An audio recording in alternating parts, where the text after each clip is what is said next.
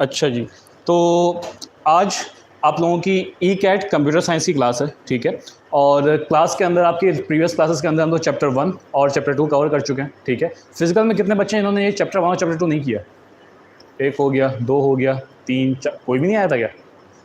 ठीक है, chapter 1 to दोनों आपके पास नहीं है, बट ऑनलाइन हमारे पास ये अपलोडेड है, ठीक है। तो ये है कि आज की क्लास में जो जैसे करके निकाल लेंगे, कल की क्लास के लिए मैं प्रीवियस रिवाइज करवाऊंगा, ठीक है। तो एटलीस्ट वो वीडियोस देख के आनी है आप लोगों ने, क्लियर है। एम ई डाउट सॉल्वर नाम से चैनल है, उसके ऊपर अपलोड की हुई है, क्लियर है, ठीक है।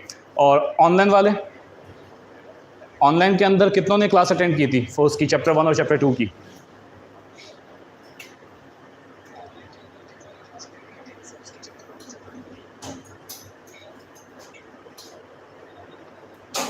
नहीं की थी, ठीक है।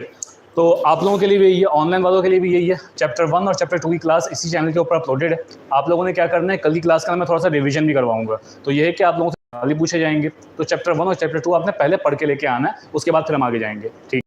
अच्छा, आज की क्लास हमारी है E CAT computer science chapter number 3 की, ठीक है।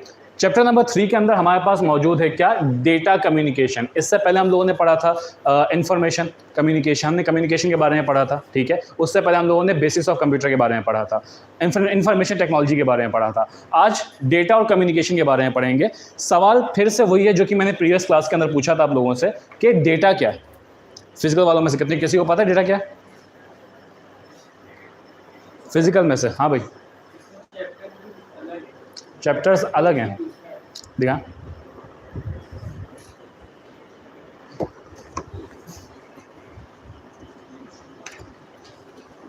हाँ, ये 12th के पहले आ रहे हैं आपके पास, एक सेकेंड।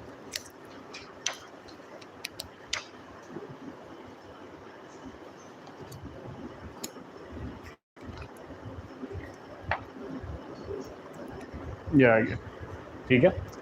आपका फ़र्क ये है कि आपके पास फर्स्ट ईयर, पहले फर्स्ट ईयर आती है, उसका सेकेंड ईयर आती है। यहाँ पे पहले फर्स्ट ईयर चल रही है, ठीक है। आपको थोड़ा आगे चल के देना, आपके पास सेकेंड ईयर पहले आया हुआ है, ठीक है। अच्छा, तो हम लोग बात कर रहे थे उसके बारे में, डेटा के बारे में। फिजिकल में से किसी को आइडिया डेटा क्या होता है? आप लोग फर्स्ट ईयर पढ़ के आए, सेकेंड ईयर पढ़ के आए, किसी को भी आइडिया है कि डेटा क्या है? नहीं? हाँ भाई, जो हम स्टोर करते हैं कंप्यूटर में, शो करते हैं, वो डेटा होता है, ठीक है। ऑनलाइन वाले, किस किस को पता है डेटा क्या होता है? ऑनलाइन वालों में से किस किस को पता है कि डेटा क्या है?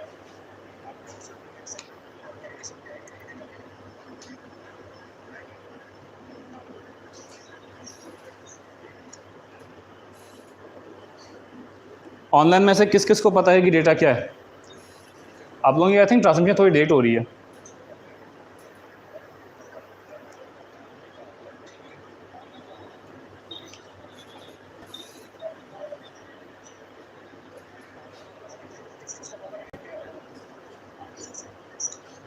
बेहतरीन बात कर दी है, हुसैन नाम के इस बच्चे ने बड़ी बेहतरीन डेफिनेशन दी है। Data is a row of collection of something we can access और retrieve information each other in computer. ये बेहतरीन बात की है, ठीक है। अब एक चीज़, इन्फॉर्मेशन और डेटा में फ़र्क होता है, ठीक है। फिजिकल और ऑनलाइन दोनों के लिए बोला जा रहा है ये। डेटा के अंदर आपके पास रैंडम फैक्ट्स होते हैं, रैंडम आपके पास चीज़ें मौजूद होती हैं, जैसा कि यहाँ पे बताया गया है। रॉ फैक्ट्स जब आपके पास मौजूद हैं, जो कि आपके लिए कोई भी इन्फॉर्मेशन क्रिएट नहीं कर रहे हैं, कोई भी मतलब क्रिएट नहीं कर रहे हैं। इसकी बेहतरीन मिसाल आपके पास है, आपको 10-12 नंबर दे दिए गए, आपको 10-12 नाम दे दिए गए, आपको समझ में नहीं आ रहा है क्या चीज़ है, ठीक है। तो वो आपके लिए क्या है, प्रॉपर डेटा है। वो डेटा इन्फॉर्मेशन में कन्वर्ट होता है। वो कब कन्वर्ट होता है, जब हम उसे किसी प्रोसेस से गुजारते हैं, ठीक है। लाइक मेरे पास बहुत सारी चीज़ें हैं, मेरे पास नाम है, मेरे पास नंबर है, मेरे पास लोगों के एड्रेसेस हैं, और मेरे पास लोगों की क्या है, मेरे पास लोगों की रैंडम कोई भी इन्फॉर्मेशन, ये समझ लो पर्सनैलिटी इन्फॉर्मेशन मेरे पास मौजूद है, ठीक है। जब तक ये चीज़ें मेरे पास अलग अलग बिखरी हुई पड़ी हैं, ये सारी बेकार है मेरे लिए, मेरे पास इनका कोई मतलब नहीं है, ठीक है। लेकिन जब मैं इनको एक टेबल बना के लिखूंगा, मैं एक टेबल के अंदर एक जगह में सीरियल नंबर डाल दिया, एक जगह मैंने नाम डाल दिया, एक जगह में कॉन्टैक्ट डाल दिया, एक जगह में एड्रेस डाल दिया, एक जगह मैंने पर्सनैलिटी टाइप डाल दी। अब ये डेटा जो मेरे पास मौजूद है ना, ये एक इन्फॉर्मेशन क्रिएट कर रहा है। ये मुझे समझ में आ रहा है, क्या समझ में आ रहा है कि भाई एक बंदा है, उसका नंबर ये है, उसका नाम ये है, उसका एड्रेस ये है, उसकी पर्सनैलिटी टाइप ये है। अब मैं इसके ऊपर किसी किस्म का काम कर सकता हूँ। इसकी बेहतरीन मिसाल हम डिजिटल मार्केटिंग के अंदर लेते हैं। जब भी हम डिजिटल मार्केटिंग कर रहे होते हैं, हम क्या काम करते हैं, हम लोगों का हाँ, जब भी हम डिजिटल मार्केटिंग कर रहे होते हैं, हम क्या करते हैं, हम लोगों का डेटा कलेक्ट करते हैं। अब डेटा कलेक्शन ज़रूरी क्यों है? डेटा कलेक्शन ज़रूरी इसलिए है क्योंकि सपोज करें कि आपको एक प्रोडक्ट बेचना है, आपको प्रोडक्ट एक पर्टिकुलर टाइप को बेचना है, सही है? लाइक घुटनों के दर्द की दवाई है, ऑब्वियस सी बात है, आप जवान लोगों को तो बेचोगे ही नहीं, वो खरीदेंगे ही नहीं, ठीक है? आप बहुत ज़्यादा बूढ़े लोगों को भी नहीं बेचोगे क्योंकि उनको तो उनको तो नॉलेज ही नहीं है मोबाइल यूज़ करने की या इंटरनेट यूज़ करने की। तो आप ऐसी उम्र के लोगों को भेजोगे जो जिन लोगों को फ़िक्र है अपने माँ-बाप की, वो आपके पास क्या करेंगे, वो आपके लिए बाय करेंगे, ठीक है? तो उन लोगों का डेटा होना आपके पास बहुत ज़रूरी है और डेटा जब इस फॉर्मेट में होगा, तभी तो आपको पता चलेगा ये बंदे की एज क्या है या बंदे की पर्सनैलिटी टाइप क्या है, मेल है या फीमेल है, क्यों खरीदेगा आपसे। आपको यहाँ से इन्फॉर्मेशन पता चलती है। क्लियर है? तो इन्फॉर्मेशन जो होती है वो कैसे बनती है, जब आप डेटा को ऑर्गेनाइज करके रखते हो। जब डेटा आपके पास जस्ट रॉ फॉर्मेट में है, ऑर्गेनाइज्ड नहीं है, वो डेटा बेकार है आपके लिए। क्लियर है? वो कोई भी मीनिंगफुल लॉजिक क्रिएट नहीं करेगा, बट जब उसको प्रोसेस किया जाएगा, ऑर्गेनाइज किया जाएगा, वो आपके लिए इन्फॉर्मेशन बन जाएगा। क्लियर हो रही है बात यहाँ तक? फिजिकल में किसी को कोई सवाल नहीं? ऑनलाइन में किसी को कोई सवाल?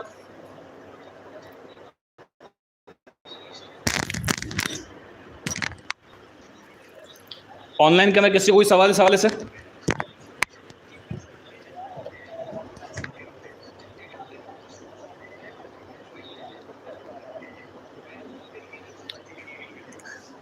ठीक है, अब थोड़ा सा हम लोग आगे की तरफ चलते हैं। चैप्टर का नाम हमारे पास क्या है, डेटा कम्युनिकेशन। अब डेटा के हवाले से आप लोगों को समझ में आ गया डेटा क्या होता है। डेटा के बाद बारी आती है कम्युनिकेशन की। अच्छा, दो चीज़ें होती हैं हमारे पास, एक होती है ट्रांसमिशन, एक होती है कम्युनिकेशन। ट्रांसमिशन की मीनिंग पता है किसी को? ट्रांसमिशन का मतलब पता है किसी को? ट्रांसमिट करना, ट्रांसफ़र करना। ट्रांसफ़र की मीनिंग पता है क्या होती है? ट्रांसफ़र की मीनिंग एक जगह से दूसरी जगह भेजना। ट्रांसमिशन भी सेम चीज़ है, बस फ़र्क ये है ट्रांसफर हम फिजिकल ऑब्जेक्ट के लिए इस्तेमाल करते हैं, ट्रांसमिशन हम इंटेंजिबल ऑब्जेक्ट्स के लिए, डेटा के लिए, आपके पास बिट्स के लिए, आपके पास डिजिटल इन्फॉर्मेशन के लिए, ठीक है? ट्रांसमिशन एक डिवाइस से दूसरी डिवाइस में डेटा को भेजना, बट ये है कि ये सिंगल वे होता है, ये सिर्फ डेटा ट्रांसमिट किया जा सकता है, डेटा रिसीव किया नहीं जा सकता। क्लियर हो रही है बात? मतलब ये समझ लो एक डिवाइस से आपने डेटा आगे भेज दिया, वो डेटा चला गया, अब वो वापस नहीं आ सकता, ये आपने क्या किया, ट्रांसमिशन की है। क्लियर है? इसकी बेहतरीन मिसाल आपके रिमोट हो गया, ठीक है? टीवी का रिमोट हो गया, टीवी के ऊपर जब आप अपना रिमोट करते हो सिर्फ डेटा यहाँ से भेजा जा सकता है, ठीक है? ये क्या है? ट्रांसमिशन है। क्लियर हो रही है बात? ट्रांसमिशन के बाद अगली चीज़ आती है कम्युनिकेशन। अब कम्युनिकेशन कैसे होती है, एक डिवाइस से आपने ट्रांसमिशन करी दूसरी डिवाइस के अंदर, वहाँ से डेटा वापस भी आ गया और आपने रिसीव भी कर लिया, ये होती है कम्युनिकेशन। आपस में बातचीत करना, डेटा ट्रांसमिट करके डेटा को रिसीव भी करना साइमल्टेनियसली एक ही वक्त के अंदर, ये हमारे लिए क्या है, कम्युनिकेशन है। चैप्टर का नाम क्या है, डेटा कम्युनिकेशन। डेटा की आमदोरफ्त करना, डेटा भेजना और डेटा रिसीव करना, ठीक है? ऑनलाइन के अंदर किसी को कोई सवाल है सर? ऑनलाइन के अंदर किसी को कोई सवाल है सर?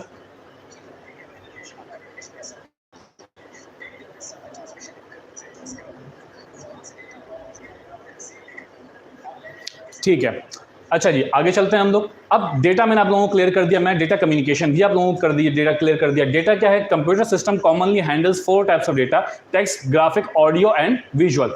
इस डेटा को हम बोलते हैं बाइनरी डेटा, ठीक है? जो कि टेक्स्ट की फॉर्मेट में मौजूद होता है, जो कि वीडियो की फॉर्मेट में मौजूद होता है। टेक्स्ट की आपके पास मल्टीपल फाइल्स अलग होती हैं, वीडियो फॉर्मेट्स अलग होते हैं, MP3 आपके पास हो गया और मल्टीपल टाइप्स हो गई। इमेज फॉर्मेट होता है, PNG हो गया आपके पास, लाइक JPEG हो गया आपके पास। ऑडियो फॉर्मेट होता है, MP3 हो गया आपके पास और मल्टीपल टाइप के फॉर्मेट्स होते हैं। इस डेटा को हम क्या बोलते हैं, बाइनरी डेटा। डेटा कम्युनिकेशन क्या है, the process of transmitting and receiving electronical data. Electronical data को ट्रांसमिट करना एक जगह, एक डिवाइस से दूसरी डिवाइस में, और उसी डिवाइस से पहली वाली डिवाइस में रिसीव करना, इस चीज़ को हम क्या बोलते हैं, डेटा कम्युनिकेशन बोलते हैं। इसके बाद हम अगली चीज़ के ऊपर आएंगे, अगली डेफिनेशन के ऊपर आएंगे, जो है सेंडर। अच्छा, अब डेटा कम्युनिकेशन करने के लिए ज़रूरत किन किन चीज़ों की होती है? अगर आपको डेटा कम्युनिकेशन करनी है, डेटा की आमदोरफ्त करवानी है, तो आपके लिए 5 कंपोनेंट्स बहुत ज़्यादा ज़रूरी हैं। 5 कंपोनेंट्स कौन कौन से? सबसे पहला आपके पास ज़रूरी है सेंडर, रिसीवर। नेक्स्ट चीज़ आपके पास ज़रूरी होती है मैसेज। उसके बाद फिर आपके पास मीडियम ज़रूरी होता है और फिर आपके पास प्रोटोकॉल ज़रूरी होता है। ये 5 चीज़ें हैं जो कि बहुत ज़्यादा एसेंशियल होती हैं आपके लिए जब आप डेटा कम्युनिकेशन कर रहे हो, ठीक है? सेंडर क्या है, रिसीवर क्या है? ये दोनों डिवाइसेस होती हैं, जैसे कि आपके मोबाइल हैं। आपने मोबाइल से मैसेज टाइप किया, वो आपकी सेंडर डिवाइस बन गई। दूसरे मोबाइल से मैसेज को रिसीव किया, वो आपके लिए क्या बन गई, रिसीविंग डिवाइस बन गई। अब यहाँ पे मैसेज भी एक आपके पास बहुत ज़्यादा इंपॉर्टेंस रखता है, ठीक है? क्या चीज़ आप भेज रहे हो, आप इमेज भेज रहे हो, आप वीडियो भेज रहे हो, आप टेक्स्ट आप कुछ भेज रहे हो, वो आपके लिए क्या है, आपका पर्टिकुलर मैसेज है। सेंडिंग डिवाइस, ट्रांसमिटिंग डिवाइस जो कि आपका ट्रांसफर कर रही है, और रिसीविंग डिवाइस जो कि डेटा को रिसीव कर रही है। हमारे मोबाइल बहुत ज़्यादा एडवांस हैं, बट ये कि इससे पहले हम लोग डिवाइसेस का इस्तेमाल करते थे वो बहुत ज़्यादा ये समझ लो क्लासिक डिवाइसेस हुआ करती थी। अब क्या इतनी इस तरीके की डिवाइस हुआ करती हैं जैसे कि आप ये समझ लो कि आपके हाथ में एक डब्बा रखा हुआ, सही है, उस तरीके की डिवाइस हमारे पास होती है, बहुत ज़्यादा मोटी मोटी डिवाइस हुआ करती थी, वो भेजने के काम में आती थी, ठीक है। और उससे पहले हमारे पास कंप्यूटर के फॉर्मेट में हुआ करते थे जो कि बटन्स के थ्रू डेटा को बस ट्रांसमिट किया करते थे, ठीक है। उसके बाद जाके हमने रेडियो वेव्स के थ्रू टेलीफोन्स बनाए और फिर वहां से हम लोगों ने डेटा की कम्युनिकेशन साइमल्टेनियसली यूज करना शुरू की, ठीक है। अच्छा, नेक्स्ट चीज हमारे पास क्या है, मीडियम बहुत ज्यादा मैटर करता है। मीडियम क्या चीज होती है, मीडियम हम लोग बोलते हैं रास्ते को, जिस रास्ते से हम डेटा को ट्रांसमिट करवा रहे हैं या फिर रिसीव कर रहे हैं वो हमारे लिए क्या है, मीडियम है। और मीडियम होते हैं दो टाइप के, सही है। एक मीडियम होता है गाइडेड और दूसरा होता है अनगाइडेड। गाइडेड का मतलब यह है कि एक ऐसा मीडियम जिसमें आप वायर्स का यूज कर रहे हो, ठीक है। इस मीडियम के अंदर आप ज्यादातर क्या काम करते हो, आप ज्यादातर वायर्स का यूज कर रहे होते हो। और वायर्स भी कोई दूसरी नहीं, आप तीन टाइप की वायर्स का यूज करते हो। तीन टाइप की कौन कौन सी, एक ट्विस्टेड पेयर वायर, दूसरी कोएक्सियल केबल, तीसरी फाइबर ऑप्टिक्स, ठीक है। ये तीनों ही वायर्स हम लोग थोड़ा नीचे आएंगे तो हम लोग पढ़ेंगे, ये यहाँ पे लिखी हुई है, ये और ये, इन तीनों को आप गाइडेड मीडियम के अंदर इस्तेमाल करते हो। अनगाइडेड मीडियम के अंदर आप ट्रांसमिशन का वो तरीका इस्तेमाल करते हो जो कि आप बिना मैटर के इंटरेक्शन के डेटा ट्रांसफर कर सको, मतलब वेव्स का इस्तेमाल करते हो आप, ठीक है। हमारे पास सबसे बेहतरीन तरीका डेटा ट्रांसफर करने का है रेडियो वेव्स, क्लियर है। हमारे पास कुल मिला के तीन टाइप की वेव्स हैं, एक रेडियो वेव्स, एक माइक्रोवेव्स, एक इंफ्रारेड वेव्स। ये तीन टाइप की वेव्स हैं जिनको आप इस्तेमाल करते हो डेटा को ट्रांसमिट करने के लिए एक जगह से दूसरी जगह या फिर बहुत ज़्यादा डिस्टेंस के ऊपर, क्लियर है। अब यहां पर हमारे पास सबसे पहली कौन सी है, रेडियो वेव, दूसरी हमारे पास है माइक्रोवेव, और तीसरी हमारे पास है इंफ्रारेड, ठीक है। ये तीन टाइप के हमारे पास वेव्स होती हैं कि हम लोग अनगाइडेड के अंदर यूज करते हैं, ठीक है। गाइडेड के अंदर जो हमारे पास वायर्स होती हैं, हम लोग वायर्स का इस्तेमाल क्यों करते हैं, वायर्स से सबसे ज़्यादा अच्छा फायदा ये है कि ये डेटा बड़े अच्छे से ट्रांसमिट कर देती हैं, ठीक है। बट एक शर्त इसमें यह होती है कि इसके अंदर हम लोग लॉन्ग रेंज को कवर नहीं कर सकते, हमें शॉर्ट रेंज रहना पड़ता है। मतलब ये समझ लो एक घर से दूसरे घर तक चलेगा, सही है, या फिर हम लोगों ने 10 किलोमीटर कवर कर लिया, बहुत ज़्यादा अगर कर लिया तो, क्लियर है। इतना एरिया हम लोग वायर के थ्रू कवर कर सकते हैं, जो हमारे पास खंभों में वायरें जा रही होती हैं, इन डेटा को हम यहाँ से कवर करते हैं। बट ये है कि अगर हमें इससे ज़्यादा लॉन्ग डिस्टेंस के ऊपर जाना है, हमें शहरों तक डेटा पहुँचाना है, हमें मुल्कों तक डेटा पहुँचाना है, तो फिर हम लोग किसका इस्तेमाल करेंगे, अनगाइड का इस्तेमाल करेंगे, ठीक है। आप किसी वेव को जितनी ज़्यादा एनर्जी देते हो वो उतनी ज़्यादा दूर तक जाती है, क्लियर हो रही है बात यहाँ तक। आप रेडियो वेव्स को ज़्यादा एनर्जी प्रोवाइड करोगे, वो आपके पास बहुत ज़्यादा ज्योग्राफिकल एरिया कवर कर लेंगी, क्लियर है। तो हम डेटा ट्रांसफर इस तरीके से करने के लिए, वायरलेसली करने के लिए इन सब चीज़ों का इस्तेमाल करते हैं। अब एक बात है, रेडियो वेव्स का इस्तेमाल क्यों किया जाता है, क्योंकि रेडियो वेव्स जो हैं वाइब्रेशन के थ्रू क्रिएट हो जाती हैं, ठीक है, वाइब्रेशन के थ्रू क्रिएट हो जाती हैं। और दूसरी चीज़ ये है कि इनका ज्योग्राफिकल एरिया बहुत बड़ा होता है। तीसरी चीज़ ये है कि 360 डिग्री के अंदर ट्रैवल करती हैं। 360 से मुराद, अगर मैं सपोज कर यहाँ पे मैंने कोई ऑब्जेक्ट रखा हुआ है तो आपके पास हर डायरेक्शन का डेटा को भेजेगा, हर डायरेक्शन के अंदर क्या करेगा, सिग्नल को ट्रांसमिट करेगा, क्लियर हो रही है बात यहाँ तक। और ये दीवारों के आर पार जाने की ताकत रखती है, सलाहियत रखती है, क्लियर हो रही है बात अच्छे तरीके से। अच्छा, मुझे एक सवाल है, अगर सपोज करें मुझे किसी चीज़ को रेडियो वेव से इम्यून करना, तो मैं किस तरह से करूँगा। सपोज करें मुझे मोबाइल को बचाना हो रेडियो वेव से, ठीक है, हमारे मोबाइल में जो वेव्स आ रही होती हैं वो रेडियो वेव्स ही होती हैं। मुझे अगर उन्हें बचाना हो, मैं चाहता हूँ कि मेरे मोबाइल में सिग्नल ना आए, तो मैं ऐसा क्या करूँगा, सिग्नल बंद हो जाए। क्या कि पावर ऑफ किसने कहा, अक्लमंद आदमी। हाँ भाई, और मुझे रेडियो वेव से अपना मोबाइल बचाना है, किस तरीके से बचा सकता हूँ। ऑनलाइन वालों सेम सवाल है आप लोगों से, अगर मुझे रेडियो वेव से अपना मोबाइल बचाना है तो मैं कैसे बचाऊँगा। हाँ भाई, किसी के दिमाग में कोई आइडिया। एयरप्लेन मोड ऑन करके, वाह अक्लमंद इंसान। ये कौन जनाब है, ये है वृष्टि थीम। देखो बेटा, ये तरीका बहुत अच्छा है, ठीक है, लेकिन हमें एयरप्लेन मोड ऑन नहीं करना। हमें मोबाइल के अंदर जो नॉर्मल हमारे सिस्टम्स होते हैं उन्हीं को रखते हैं, मोबाइल को ना छेड़ते हुए। मुझे एक मोबाइल से, दो मोबाइल से, एक पर्टिकुलर एरिया से कनेक्शन काटना है। मैं कैसे काट सकता हूँ, फिर वही बात हो गई। फिर ये तो सही जवाब दे दीजिए, एयरप्लेन मोड, वो मोबाइल बंद करने, सही बोल रहे हैं फिर ये तो। हाँ भाई, ढंग का कोई जवाब दें। अगर मुझे बचाना हो, कैसे बचाऊंगा। कोई ऐसा मटेरियल है जो कि रेडियो वेव्स को रोक सकता है, कोई भी नहीं है। हाँ भाई, अच्छा, इंसुलेशन का मतलब पता है, इंसुलेशन किसे कहते हैं, आइसोलेट करना किसे कहते हैं। हाँ भाई, ऑनलाइन वालों आप लोगों को पता है आइसोलेट करना, इंसुलेट करना किसे कहते हैं? नहीं, देखो आइसोलेट करने का मतलब ये है कि चीज़ को एक जगह जगह बंद कर देना, ठीक है। हम लोग एक मटेरियल का इस्तेमाल करते हैं खाना गर्म रखने के लिए, किसी को पता है वो क्या होता है? हाँ, जब टिक्का वगैरह आप खरीदते हो तो उमूमन आपको रैप करके दिया जाता है उसके अंदर, ताकि खाना आपका गर्म है लंबे टाइम तक। हाँ भाई, क्या होता है वो मटेरियल, किसी को पता क्या होती है? फॉयल। कौन सी फॉयल? एल्यूमिनियम फॉयल, ये बनाते हुए करना, ठीक है।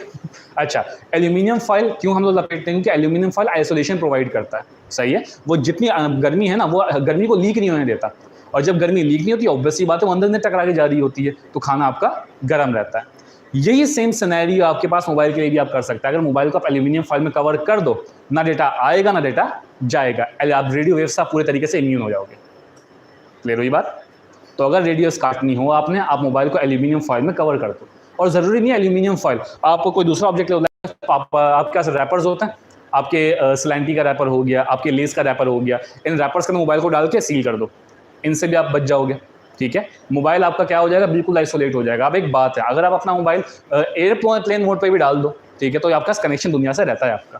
क्लियर है? आप अगर आपकी सिम लगी हुई है ना मोबाइल के अंदर, आपका कनेक्शन दुनिया से लगा रहेगा, कुछ भी करो आप, कहीं ना कहीं से आपके पास डेटा आ जा रहा होगा। आपकी लास्ट लोकेशन बोल दो, या फिर आपके पास लोकेशन आपके पास कहीं ना, आपको एक बात पता है, आपकी छोटी सी बैटरी होती है मोबाइल के अंदर, ठीक है। एयरप्लेन मोड तो बड़े आराम से हटाया जा सकता है, सही है। थोड़ी सेटिंग होती है, वो आप बड़े आराम से कर सकते हो। मोबाइल के अंदर अगर सिम लगी हुई है, मोबाइल के अंदर बैटरी निकली हुई भी है, तो बहुत छोटे अमाउंट के अंदर जो आपका सिस्टम से करंट होता है ना, वो आपके पास चला रहा होता है मोबाइल को, तो वहाँ से मोबाइल ट्रैक कर सकते हो। अगर आपको प्रॉपर्ली कनेक्शन काटना है तो आपको क्या करना पड़ेगा? आपको वहाँ से एल्यूमिनियम फॉयल में कवर करना पड़ेगा, तो किसी ऐसी चीज़ में कवर करना पड़ेगा जहाँ से रेडियो वेव्स आर पार ना हो सकें, सही है। उमूमन आपने देखा होगा कि आपके घरों में कुछ ऐसे कमरे होते हैं जहाँ पे डेटा का सिग्नल ही नहीं आता, सिम के सिग्नल ही नहीं आते। क्या वजह पता है आप लोगों को क्यों ऐसा होता है? ऑनलाइन वालों, सेम सवाल है आप लोगों से। एल्यूमिनियम फॉयल, हाँ भैया, इन जन्नती बच्चों ने बेहतरीन जवाब दिया, वृष्टि टीम ने अच्छा जवाब दिया, इफला फातिमा ने भी अच्छा दिया, अब्दुल रशीद ने बेहतरीन जवाब दिया एल्यूमिनियम फॉयल, बट ये कि सवाल बहुत लेट हो गया। अच्छा, अब एक दूसरा सवाल है आप लोगों से। आपके घरों के अंदर कुछ कमरे होते हैं जिनके अंदर आपके डेटा के सिग्नल्स नहीं आते, तो वो क्यों नहीं आते? वजह क्या है इस बात की? हाँ भैया, वो क्यों नहीं आते? सेम सिनेरियो है, जो वजह मैंने अभी मोबाइल को कवर करने की बताई है ना, सेम वही वजह है, लेकिन कैसे, ये आपने बताना है। हाँ भाई, ऑनलाइन वालों, आपके मोबाइल में, आपके घर के अंदर कुछ कमरे ऐसे होते हैं जो कि जिसके अंदर आपका डेटा के सिग्नल्स नहीं आते हैं, आपके मोबाइल के सिम के सिग्नल्स होते हैं, वो नहीं आते हैं। वो क्यों नहीं आते हैं? उसकी वजह क्या होती है?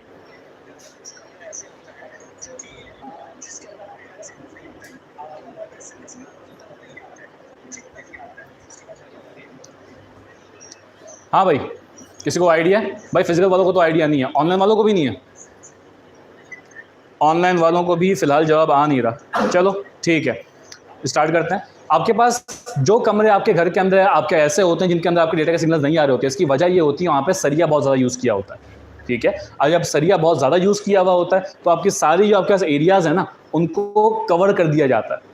क्लियर है? रेडियो वेव्स पेनिट्रेट नहीं कर पा रही होती है वहाँ से। कंक्रीट बहुत ज़्यादा हो गया आपके पास, सरिया बहुत ज़्यादा हो गया, तो वो आपके सिग्नल्स को ऑटोमेटिकली रोकने का काम करते हैं। क्लियर हो रही है बात? जो कमरे आपके घरों के कोने के अंदर या फिर ऐसी जगहों पर जहाँ बिल्कुल ही आइसोलेशन है, यहाँ पे वेंटिलेशन तक नहीं है, यहाँ पे खिड़की तक नहीं है, वहाँ पर ये मसला होता है। क्लियर है? बहुत ज़्यादा कम आते हैं और बहुत ज़्यादा ख़राब आते हैं। क्लियर हो गई बात अच्छे तरीके से? ठीक है, अब ज़रा हम लोग आगे की तरफ निकलते हैं। हम लोगों ने सेंडर डिवाइस, रिसीविंग डिवाइस, इनके बारे में समझा। हम लोगों ने गाइडेड मीडियम के बारे में, रेडियो वेव्स के बारे में समझा, ठीक है। रेडियो वेव्स के बाद माइक्रोवेव्स और इंफ्रारेड वेव्स की बारी आती है। अच्छा, माइक्रोवेव्स ही रेडियो वेव्स की ही एक टाइप है। क्लियर है? बस फर्क ये है कि इसका डायरेक्शन होता है। रेडियो वेव्स का पर्टिकुलर डायरेक्शन नहीं होता। रेडियो वेव्स 360 डिग्री के अंदर ट्रैवल करती हैं और फैलती रहती हैं, ठीक है। बट ये है कि आपके पास माइक्रोवेव्स का एक पर्टिकुलर डायरेक्शन होता है। इनको हम ज़्यादातर कहाँ इस्तेमाल करते हैं? इनको हम टेरेस्ट्रियल और सैटेलाइट के लिए इस्तेमाल करते हैं। मोबाइल से सपोज करें कि आपने कॉल करनी है, ठीक है, आपने मोबाइल से कॉल करनी है। मोबाइल से कॉल करने के लिए आप क्या काम करोगे? अपने रेसिपेंट का नंबर बनने में लाओगे जिसको आपने कॉल करनी है। अब क्या होगा, जो भी सिम है ना, जिस सिम से आप कॉल कर रहे हो, वो टेरेस्ट्रियल टावर की तरफ सिग्नल भेजेगी। टेरेस्ट्रियल टावर कौन सा? जो हमारे पास टेलीफोन के टावर रखे हुए लगे हुए होते हैं यहाँ पे, यूफोन के हो गए, अजोम के हो गए। तो ये टावर्स क्या काम करते हैं? सिग्नल को कैच करते हैं, और सिग्नल कैच करने के बाद टावर टू टावर सिग्नल को ट्रांसफर करते हैं, और फिर जो रेसिपेंट आपका है उसके करीबी टावर तक जो सिग्नल पहुंच जाता है, वो डायरेक्ट उसके मोबाइल के अंदर सिग्नल भेजता है।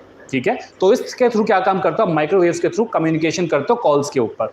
बट अगर यही कम्युनिकेशन आपको लंबी करनी हो, लाइक यही कम्युनिकेशन आपको दूसरे मुल्क में करनी हो, तो फिर आप क्या करते हो, डायरेक्ट सैटेलाइट की तरफ सिग्नल भेजते हो। और सैटेलाइट की तरफ जब सिग्नल जाता है तो उसमें कॉस्ट भी बहुत ज़्यादा आती है। यही वजह है कि जब आप फॉरेन कॉल करते हो तो आपकी कॉल्स बहुत ज़्यादा महंगी पड़ती हैं आपको। क्लियर हो रही है बात यहाँ तक? तो माइक्रोवेव्स के थ्रू आप मोबाइल से कॉल कर सकते हो, लेकिन ये दो टाइप की होती हैं, एक सैटेलाइट और एक टेरेस्ट्रियल। टेरेस्ट्रियल आपके पास खंबे से खंबे होती है जो आपके पास सिग्नल्स जा रहे होते हैं, और सैटेलाइट जो कि आप डायरेक्ट सैटेलाइट की तरफ सिग्नल्स भेजते हो। क्लियर हो गई बात यहाँ तक? और इंफ्रारेड वेव्स कौन सी होती हैं? इंफ्रारेड वेव्स आपके पास आपने काफ़ी मूवीज़ का ना देखा होगा, जो कि गर्मी से पैदा होती है। ठीक है, लाइक आपका अगर मैं आपके यहाँ पे इंफ्रारेड आपके पास ग्लासेस लगाऊं तो यहाँ पे आप जितने भी जानदार हैं जिनके जिस्मों से गर्मियाँ निकल रही हैं उन सबको डिटेक्ट करेगा। ठीक है, इसकी दूसरी मिसाल हमारे पास टीवी का रिमोट है। टीवी के रिमोट से जो रेज निकल रही होती हैं वो कौन सी होती हैं? इंफ्रारेड रेज होती हैं। क्लियर है? यहाँ तक किसी कोई सवाल?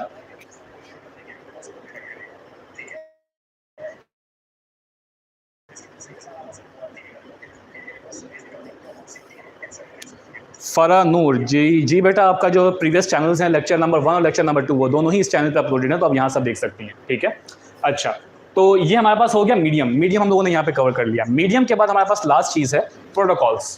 ठीक है, अच्छा, प्रोटोकॉल का मतलब क्या, किसी को आइडिया? प्रोटोकॉल किसे कहते हैं? छोड़ो, आपको क्या पता, मुझे बस रैंडम एक बात बताओ, प्रोटोकॉल क्या है? एक बंदे को प्रोटोकॉल मिल रहा है, मतलब क्या है इस बात का? प्रोटोकॉल का मतलब क्या? हाँ, प्रोटोकॉल क्या है? प्रोटोकॉल क्या है? सेफ्टी कह सकते हैं। हाँ भाई, प्रोटोकॉल। भाई वज़ीर आज़म को प्रोटोकॉल मिलता है, इस बात का मतलब क्या है? हाँ भाई, हाँ भाई, ऑनलाइन में किसी पता प्रोटोकॉल किसे कहते हैं? प्रोटोकॉल का मतलब क्या है? वज़ीर आज़म को प्रोटोकॉल मिल रहा है, क्यों? प्रोटोकॉल का मतलब क्या है? ये प्रोटोकॉल मिल रहा है, इस बात का मतलब क्या है? नहीं? हाँ भाई, लड़की स्पेशल ट्रीटमेंट ना। हाँ भाई, ऑनलाइन में किसी को जवाब पता है इस बात का? रूल्स, ये जन्नती बच्चा है हमारा, वृष्टि थीम भी और इफ्ला फातिमा भी। रूल्स, प्रोटोकॉल मिलने का मतलब क्या है? रूल्स। आप मुंह उठा के किसी शख्स से, किसी वीआईपी से नहीं मिल सकते, क्योंकि प्रोटोकॉल्स हैं, क्योंकि रूल्स हैं। ठीक है, आपको स्टैंडर्ड मेंटेन करना पड़ेगा अगर आपको उनसे मिलना है, या फिर आपको अपॉइंटमेंट लेनी पड़ेगी अगर आपको उनसे मिलना है। ये क्या है? ये रूल्स हैं। क्लियर हो रही है बात? अगर आपको अपना मैसेज किसी बड़ी शख्सियत तक पहुंचाना है तो उसके लिए आपको रूल्स को या फिर आपके पास एसओपीज को फॉलो करना पड़ेगा। बिल्कुल इसी तरह हमारे पास डेटा कम्युनिकेशन के अंदर भी प्रोटोकॉल्स का इस्तेमाल होता है। लाइक अगर आपने मैसेज क्रिएट किया व्हाट्सएप के ऊपर, ठीक है, अब व्हाट्सएप के रूल्स एंड रेगुलेशंस अलग हैं, मैसेंजर के रूल्स एंड रेगुलेशंस अलग हैं, आपके इंस्टा पे रूल्स रेगुलेशंस अलग हैं, आपके स्काइप के ऊपर रूल्स एंड रेगुलेशंस अलग हैं। अगर मैं व्हाट्सएप का मैसेज मैसेंजर पे भेजने की कोशिश करूंगा, कभी नहीं जाएगा। क्यों नहीं जाएगा? क्योंकि वहाँ के रूल्स और रेगुलेशंस अलग हैं। मैंने वो रूल्स फॉलो ही नहीं किए। मैंने मैसेज क्रिएट करने के लिए रूल्स फॉलो किए व्हाट्सएप के, मैसेंजर पे भेजूंगा वो कभी नहीं आएगा। मैं मैसेंजर पे क्रिएट करूंगा, व्हाट्सएप पे भेजने की कोशिश करूंगा, कभी नहीं आएगा। क्लियर हो रही है बात यहाँ तक? तो प्रोटोकॉल्स आपके लिए क्या है? रूल्स एंड रेगुलेशंस हैं उन प्लेटफॉर्म्स के जिनके थ्रू आप कम्युनिकेशन परफॉर्म कर रहे हो। क्लियर है? तो प्रोटोकॉल्स क्या हैं आपके लिए? रूल्स एंड रेगुलेशंस हैं।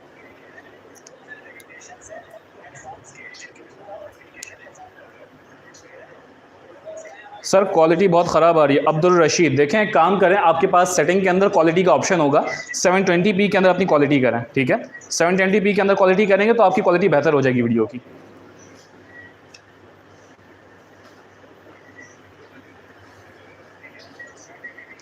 ठीक है, अच्छा, यहाँ तक हम लोगों ने कवर कर लिया। हमने सेंडर डिवाइस कवर कर ली, हमने रिसीवर डिवाइस कवर कर ली, हम लोगों ने यहाँ पे माइक्रोवेव्स भी कवर कर ली हैं। ठीक है, अच्छा, नेक्स्ट चीज़ हम लोग आ रहे हैं एनालॉग सिग्नल्स और डिजिटल सिग्नल्स के ऊपर। अच्छा, एनालॉग सिग्नल्स क्या होते हैं? हमारे पास दो टाइप के सिग्नल्स होते हैं, एनालॉग, डिजिटल। एनालॉग सिग्नल वो सिग्नल होता है जो कि आपके किससे क्रिएट होता है? आपकी वेव्स के थ्रू क्रिएट होता है, आपकी वाइब्रेशन से क्रिएट होता है। ये सिग्नल साइनोसॉइडल वेव के ऊपर काम करता है, कुछ इस तरह से। ठीक है, इसकी आपके पास एक पर्टिकुलर वेवलेंथ होती है, इसका एक पर्टिकुलर एम्पलीट्यूड होता है। ठीक है, इस तरीके का सिग्नल होता है, वो आपके लिए क्या कहलाता है? वो आपके लिए एनालॉग सिग्नल कहलाता है। ठीक है, और ये क्रिएट किससे होता है? हमेशा ये हमेशा वाइब्रेशन से क्रिएट होता है। ये सिग्नल वाइब्रेशन से क्रिएट होता है और ये एक सिंगल साइकिल होती है। ठीक है, ये पूरी एक सिंगल साइकिल होती है इस तरह से। ठीक है, बस इस साइकिल को आप क्या करते हो? आप यहां घुमाने की जगह आप यहां घुमाते हो, ये कंप्लीट साइकिल बन जाती है। क्लियर हो रही है बात? ये एक सिंगल साइकिल है। ठीक है। अगर इसी साइकिल को मैं 1 सेकंड के अंदर बार बार रिपीट करता हूं, मतलब 1 सेकंड के अंदर ऐसी 3-4 साइकिलें मैं घुमाता हूं, तो मेरे लिए क्या बन जाती है, वो फ्रीक्वेंसी बन जाती है। क्लियर हो रही बात? मेरे लिए क्या बन जाती है, फ्रीक्वेंसी बन जाती है। अब यही फ्रीक्वेंसी मेरे लिए क्या है, ये मेरे लिए एनालॉग सिग्नल्स है। इसकी बेहतरीन मिसाल हमारे लिए क्या है, हमारे फोन की वाइब्रेशंस। हमारा फोन जब भी वाइब्रेट करता है जी की आवाज़ निकालता है, ऐसा ही है। हालांकि वहाँ पे स्पीकर किसी काम का नहीं होता, बट यह है कि उसके अंदर जो मेटल होता है वो लगातार वाइब्रेट करता है, फ्रंट एंड बैक मूवमेंट कर रहा होता है और बहुत स्पीड में कर रहा होता है। उसके ये करने की वजह से क्या होती है, वाइब्रेशन की वजह से फ्रीक्वेंसी जनरेट होती है और उसी से साउंड पैदा होता है। दूसरी मिसाल इसकी, आपका अपना गला। आप लोगों को क्या लगता है आपकी आवाज़ कैसे निकलती है? हाँ भाई, वाइब्रेशन के थ्रू। गले के अंदर आपका एक ऑर्गन है जिसको हम क्या बोलते हैं, परियंक्स। ठीक है, वो क्या काम करता है, वाइब्रेशन क्रिएट करता है, वाइब्रेशन से फ्रीक्वेंसी बनती है और फ्रीक्वेंसी से फिर आवाज़ बनती है। अगर आपकी जुबान ना भी हो, कट भी जाए, तब भी आ की आवाज़ तो आएगी। क्लियर हो रही है बात? जब तक आपके गले का वो ऑर्गन ख़राब नहीं हो जाता, आपकी आवाज़ बंद नहीं होगी। हाँ, अगर आपकी ज़ुबान कट गई तो आपके मुंह से अल्फाज नहीं निकल पाएंगे। क्यों? क्योंकि आपकी आवाज़ को शेप देने का जो काम करती है वो आपकी ज़ुबान करती है। क्लियर हो रही है बात यहाँ तक? ठीक है।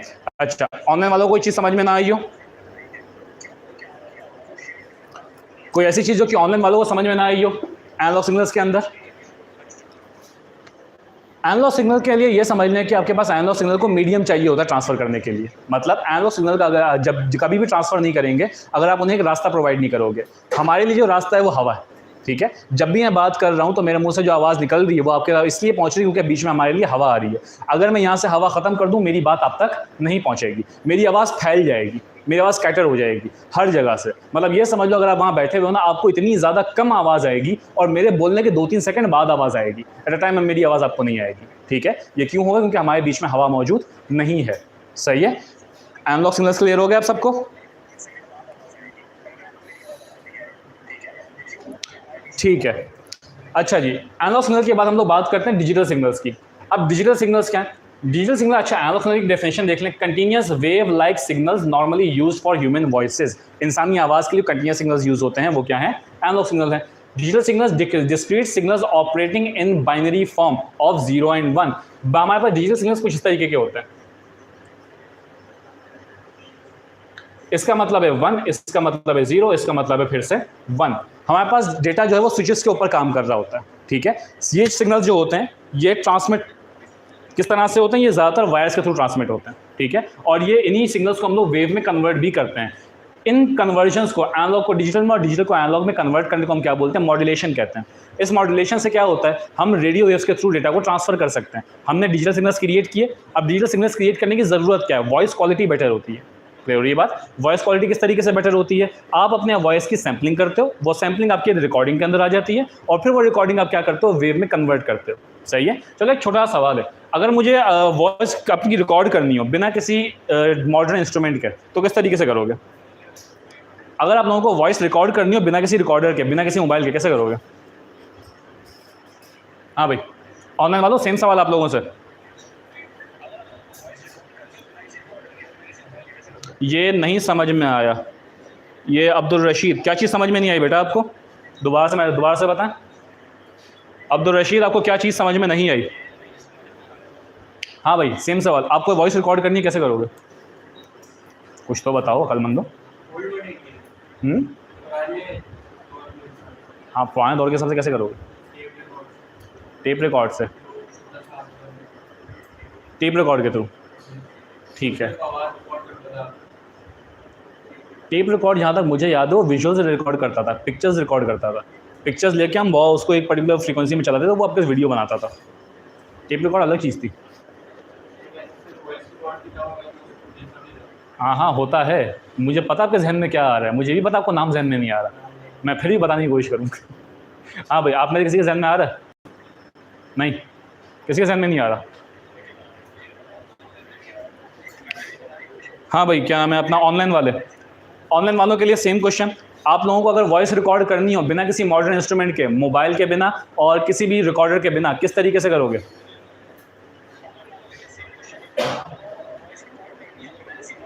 ये जन्नती बच्ची है, ये वृष्टि थीम जो भी है ये जन्नती है। ठीक है, याद है आप लोगों को टॉम एंड जेरी के अंदर एक वो आता था, एक डिस्क आती थी ब्लैक कलर की, किसी को याद है?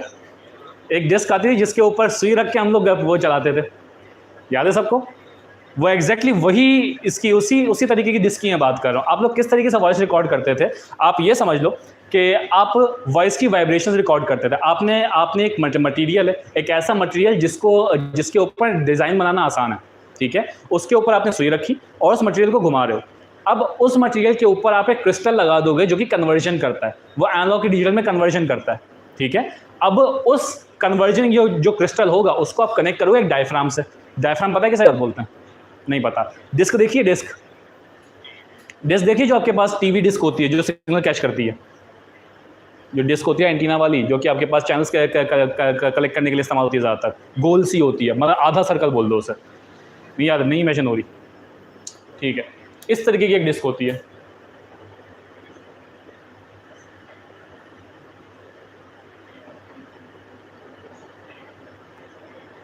इस तरीके की एक डिस्क होती है, बीच में एंटीना लगा हुआ होता है, वो सिग्नल्स कैच करने का काम करती है। जहन में आ रही है?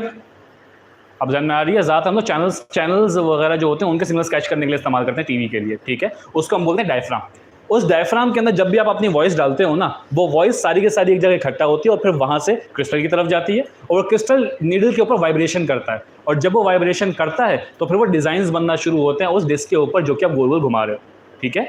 जब सारा काम आपने कर लिया, कार्रवाई आपकी हो गई, डिज़ाइन आपका बन गया, अब जब कभी भी आप वो नीडल डाल के दोबारा से उसको घुमाओगे ना, आपको एग्जैक्टली सेम आवाज़ आएगी, सही है। बस शर्त यह है कि आपको अपने हाथ की जो वो होगी स्पीड होगी वो सेम रखनी पड़ेगी। जब अपने हाथ की स्पीड सेम रखोगे तो आपकी बड़ी बेहतरीन आवाज़, आपको बड़ी प्यारी सी आवाज़ आपको आएगी। तो हो रही है बात? अगर नहीं रखो थोड़ी उबड़ खाबड़ आवाज़ आएगी, लेकिन आवाज़ आप ही की आएगी। ये एंशेंट तरीका था, पहला तरीका था जिसके थ्रू हम आवाज़ों को रिकॉर्ड किया करते थे। क्लियर हो रही है बात अच्छे तरीके से? ठीक है। अच्छा, ऑनलाइन वालों को कोई मसला, कोई ऐसी चीज़ जो कि ऑनलाइन वालों को समझ में ना आई हो यहाँ पे?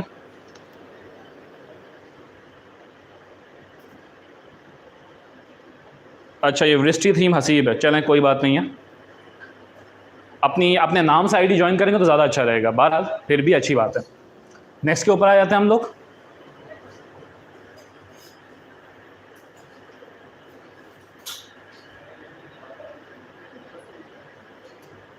समझ आ गई, चलें ठीक है। अब हम अगले की तरफ चलते हैं। अच्छा, एनालॉग सिग्नल्स कवर हो गए आप लोगों के, डिजिटल सिग्नल्स कवर हो गए। आप सबको समझ में आ गया डिजिटल सिग्नल्स कौन से होते हैं, एनालॉग सिग्नल कौन से होते हैं? एनालॉग सिग्नल हमारे पास वाइब्रेशन से क्रिएट होते हैं। डिजिटल सिग्नल्स जो होते हैं वो 0 1 के स्विचेस के ऊपर क्रिएट होते हैं, ठीक है। 0 1 0 1 0 0 1 इस तरीके के सिग्नल जो आपके पास जा रहे होते हैं लगातार कंप्यूटर की तरफ, वो आपके पास क्या होते हैं? डिजिटल सिग्नल्स होते हैं। क्लियर हो रही है बात? ठीक है। नेक्स्ट हमारे पास क्या है? सिंप्लेक्स ट्रांसमिशन, हाफ डुप्लेक्स और फुल डुप्लेक्स। ये बड़ा ही आसान कॉन्सेप्ट है, बड़ा ही प्यारा, बड़ा ही आसान कॉन्सेप्ट आपके पास ये मौजूद है हमारे पास। इसको ज़रा सा देख लेते हैं। अच्छा, सिंप्लेक्स ट्रांसमिशन क्या? सिंप्लेक्स ट्रांसमिशन एक ऐसी ट्रांसमिशन है जिसमें आप वन वे ट्रांसमिशन करते हो, मतलब डेटा को बस भेजने का काम करते हो। एक डिवाइस डेटा को भेज रही है, वो आपके लिए क्या है? सिंप्लेक्स ट्रांसमिशन है। इसको हम कब यूज़ करते हैं? जब हमारे पास पुराने ज़माने के टीवी हुआ करते, कैथोड रे ट्यूब जो हुआ करते थे, उसके अंदर क्या होता था कि हम लोग एक एंटीना के थ्रू सिग्नल्स को कवर किया करते, सिग्नल्स को कैच किया करते थे, और हमारे जो टावर्स हुआ करते थे वो रेडियो वेव्स के थ्रू सिग्नल्स को ट्रांसमिट किया करते थे। ये ट्रांसमिशन जो होती थी कौन सी होती थी? ये सिंप्लेक्स ट्रांसमिशन होती थी, ठीक है। सिंपल से क्यों बोल रहे हैं? क्योंकि वो टावर से सिग्नल भेज सकता था, टीवी स्लो बार सिग्नल रिसीव नहीं कर सकता था। क्लियर हो रही है बात यहाँ तक? ठीक है, सही है। सिंप्लेक्स ट्रांसमिशन कवर हो गई। हाफ डुप्लेक्स कौन सी होती है? हाफ डुप्लेक्स ट्रांसमिशन वो ट्रांसमिशन होती है जो कि हम लोग क्या काम करते हैं, एट अ टाइम इस्तेमाल एक काम करते हैं या तो सिग्नल भेजने का काम करेंगे या तो फिर सिग्नल लेने का काम करेंगे। इसकी बेहतरीन मिसाल है वॉकी टॉकी। वॉकी टॉकी के ऊपर कोई बात की, कभी यूज़ किया उसे? आप हमेशा बात करने के बाद लाजमी एक बात बोलते हो, ओवर, ठीक है, बस सर ये काम हो चुका है, ओवर। इससे क्या है, सामने वाले को सिग्नल सामने वाले को एक सिग्नल मिल जाता है कि हमारी जो बात है वो कवर हो चुकी है, अब हमने बात करना स्टार्ट करनी है। वो एक टाइम के ऊपर आप डेटा भेजना और रिसीव करना दोनों काम नहीं कर सकते। क्लियर हो रही है बात? ऑन वालों के लिए भी सेम ही है। हाफ डुप्लेक्स कौन सा होता है? जिसमें आप वॉकी टॉकी का इस्तेमाल करते हो, आप एक टाइम के ऊपर दोनों काम परफॉर्म नहीं कर सकते। फुल डुप्लेक्स हमारा वो ट्रांसमिशन मीडियम है जो कि हम आज के ज़माने में इस्तेमाल कर रहे हैं, जो हम मोबाइल्स के थ्रू इस्तेमाल करते हैं। हमारे दो मोबाइल्स हैं, सिमिलर टाइम के ऊपर साइमल्टेनियसली डेटा आता भी है और डेटा जाता भी है, मतलब हम जो बात कर रहे हैं उस बात को सामने वाले बीच में टोक भी सकता है, ठीक है। तो फुल डुप्लेक्स ट्रांसमिशन हमारे पास ये ट्रांसमिशन है। ये तीनों चीज़ें क्लियर हो गई आप सबको? फिजिकल में कोई मसला किसी को? क्या बोरियत हो रही है आप लोगों को? बोर हो रहे हो? गर्मी लग रही है? नहीं लग रही? फिर सन्नाटे में क्यों बैठे हो इतना? क्या बात है, परेशान परेशान से लग रहे हो?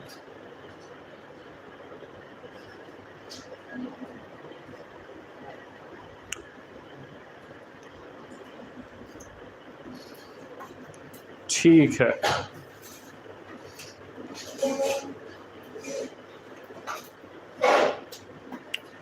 अच्छा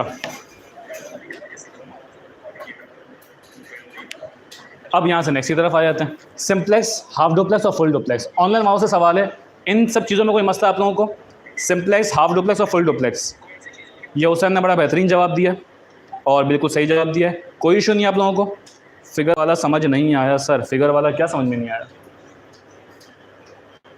फिगर वाला समझ में नहीं आया, ठीक है।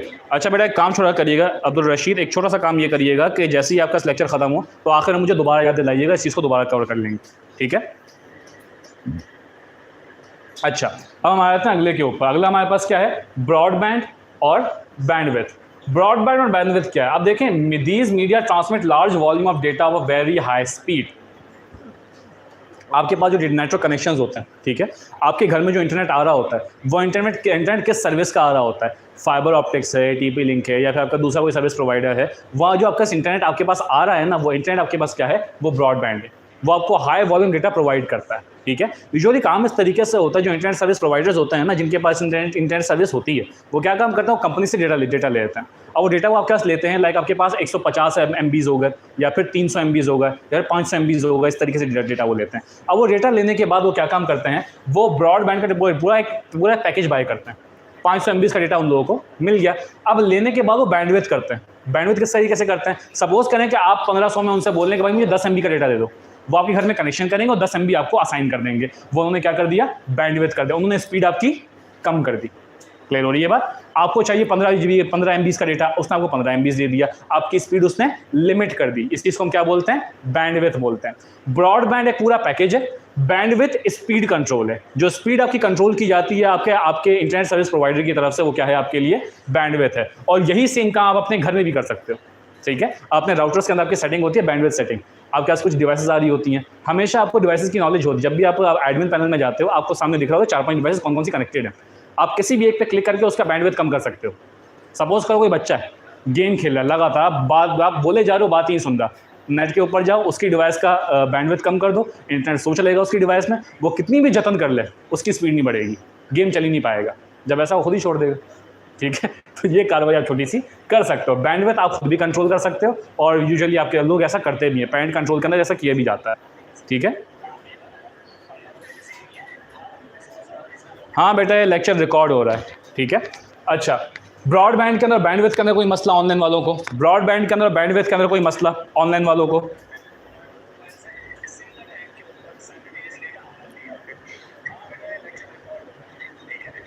कोई मसला नहीं है किसी को? ठीक है, जन्नती बात हो गई। हसीब भाई आपने बेहतरीन बात कर दी। अब अगले की तरफ जाते हैं। अब हम लोग आते हैं उन चीज़ों की तरफ, गाइडेड मीडियम्स की तरफ। गाइडेड मीडियम हमारे पास क्या है? ट्विस्टेड केबल, कोएक्सियल और fibre optics. Twisted pair cable कौन सी है? ट्विस्टेड पेयर केबल वो केबल है जो कि आपके घरों में इस्तेमाल होती है, ठीक है। सभी घरों में इंटरनेट लगा हुआ है ना, ठीक है। हम लोग पहले ना फाइबर ऑप्टिक्स किस किस के घर में लगा हुआ है? Fibre optics 1 2 3, TP link, tender. Fibre optics के अलावा कोई लगा हुआ? नेट ही नहीं है घर में? हाँ भाई दुआ, नेट नहीं है घर में? है ना, कौन सा? टीपी लिंक है ना, मतलब ठीक है। अब फाइबर ऑप्टिक्स ज़रा डिफरेंट हो चुका है। टीपी लिंक हमारी जो वायर्स हुआ करती थी, टीपी लिंक हो गई, टेंडर हो गया, PTCL हो गई, ये इस्तेमाल करती थी ट्विस्टेड केबल का। याद है रंग बिरंगी वायर्स हुआ करती थी, ठीक है। आप निकालो 4-5 कलर की वायर साथ में निकल गई फुवारे की तरह, ठीक है, फूल की तरह। वो वायर जो होती थी वो हमारे पास क्या कहलाती है? ट्विस्टेड केबल कहलाती हैं। वो वायर कॉपर की बनी हुई होती हैं, उनके ऊपर कलर सी कवरिंग चढ़ी हुई होती है, और वो कवर हुई हुई होती हैं। ये भी 2 टाइप की होती हैं, एक शील्डेड ट्विस्टेड और एक अनशील्डेड। शील्डेड और अनशील्डेड का फर्क क्या होता है? शील्डेड के अंदर एल्यूमिनियम फॉइल कवर हुई भी होती है, मतलब ये समझ लो वायर आपके पास बन गई, वायर के ऊपर एल्यूमिनियम फॉइल भी कवर होगी, सही है। अब कवर क्यों करते हैं? एल्यूमिनियम फॉइल आइसोलेशन प्रोवाइड करती है। अगर कहीं से वायर कट भी गई ना, या फिर वायर आपके यूं करने में थोड़ा बहुत वो टूट गई, तो इसमें क्या होता है कि आपका डेटा लीक होना शुरू हो जाता है और आपकी स्पीड भी कम हो जाती है। एल्यूमिनियम फॉइल से क्या होता है कि आपके पास वो चीज़ कम हो जाती है। आपका जो डेटा लीकेज है उसका प्रॉब्लम हल हो जाता है। अनशील्डेड के अंदर ऐसा नहीं होता, ठीक है। ट्विस्टेड केबल हमारी वो वायर जो कि हम पहले इस्तेमाल किया करते हैं फाइबर ऑप्टिक्स टेक्नोलॉजी से पहले, बट अब ये है कि फाइबर का इस्तेमाल कर रहे हैं ज़्यादातर, ठीक है। अच्छा, नेक्स्ट हमारे पास है कोक्सियल केबल। कोक्सियल केबल एक कॉपर वायर है, सही है। ये एक कॉपर वायर होती है, इसके ऊपर कॉपर की एक लंबी सी रॉड के ऊपर एक इंसुलेशन कवरिंग होती है प्लास्टिक की, ठीक है। उस इंसुलेशन कवरिंग के ऊपर दोबारा से एक शील्ड कवरिंग होती है कॉपर की, उसके ऊपर फिर दोबारा से प्लास्टिक कवरिंग होती है। वो वायर जो होते हैं हम इस्तेमाल करते थे पुराने वाले टीवीज़ के अंदर लगाने में, याद है? इतना तो याद होगा आप लोगों को। आप लोगों ने बोले टीवी देखें, डब्बा टीवी सभी ने देखे हैं ना? चैनल कैसे चलते थे उसके अंदर, किसी को पता? हाँ भाई, छोटी सी पिन लगती थी, वो पिन बिल्कुल इस टाइप की होती थी, कॉपर की वायर इंसुलेशन, हाँ बिल्कुल छोटी सी पतली सी होती थी, ऐसा लगता था वो वायर से लिपटी हुई है, ठीक है। ऊपर एक लोहे का मटेरियल लगा हुआ होता था, सही है। वो वायर जो होती थी वो कोक्सियल कहलाती थी। इसका फ़ायदा क्या था? दो काम करती थी, एक एनालॉग सिग्नल भी ट्रांसमिट करती थी और डिजिटल भी ट्रांसमिट करती थी। तो आपके टीवी के अंदर ज़्यादातर डिजिटल सिग्नल्स भी आ जाया करते थे और एनालॉग भी आ जाया करते थे, सही है। और यही वजह है कि आप लोग सेट टॉप बॉक्स जो स्मार्ट बॉक्सेस थे वो भी टीवी के अंदर लगाए जा सकते थे, ठीक है। तो क्या कवर कर दिया आपने यहाँ पे कोक्सियल केबल समझ में आ गई आप लोगों को। कोक्सियल केबल के बाद हमारे पास लास्ट केबल जो कि हम आज के ज़माने में बहुत ज़्यादा इस्तेमाल करते हैं, वो कौन सी है? फाइबर ऑप्टिक्स, ठीक है। फाइबर ऑप्टिक्स केबल क्या है? ये वो केबल है जो कि आपको डेटा ट्रांसमिशन बहुत तेज़ी से परफॉर्म करती है। क्यों? क्योंकि ये ग्लास मटेरियल का इस्तेमाल करती है। इन दोनों के अंदर रेजिस्टेंस बहुत होती है। रेजिस्टेंस का मतलब क्या है? ये रुकावट बहुत पैदा करते हैं, ये आपके डेटा को बहुत कम कर देते हैं। मतलब ये समझ लो कि अगर मेरे पास 10 मीटर की वायर है, मैं 10 वोल्टेज यहाँ से भेजा, वहाँ पे कुछ भी हो 10 वोल्टेज नहीं जाने वाला, 9.5 जाएगा, 9.6 जाएगा, 9.7 कुछ ना कुछ कट जाएगा। क्यों कट जाएगा? क्योंकि मटेरियल की रेजिस्टेंस है। फाइबर ऑप्टिक्स में ये रेजिस्टेंस ना के बराबर हो जाती है क्योंकि ग्लास मटेरियल है। ये काम करता है टोटल इंटरनल रिफ्लेक्शन के ऊपर, सही। मैट्रिक क्लास के अंदर आपने पढ़ा होगा, आप लोगों को याद टोटल इंटरनल रिफ्लेक्शन का फिनोमेना? टोटल इंटरनल रिफ्लेक्शन किसी को याद है? हाँ भाई, ऑनलाइन के अंदर टोटल इंटरनल रिफ्लेक्शन किसी को याद है? ऑनलाइन वालों को?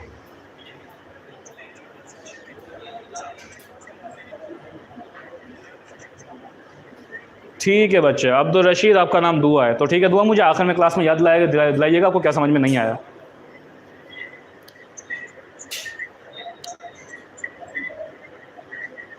टीवी में अभी है बेटा, अब तो एलसीडीज आ चुकी हैं, अब तो ज़्यादातर कैथोड रे ट्यूब का इस्तेमाल होता ही नहीं है, तो एलसीडी के अंदर में ज़रूरत नहीं पड़ती इन सब चीज़ों की ना।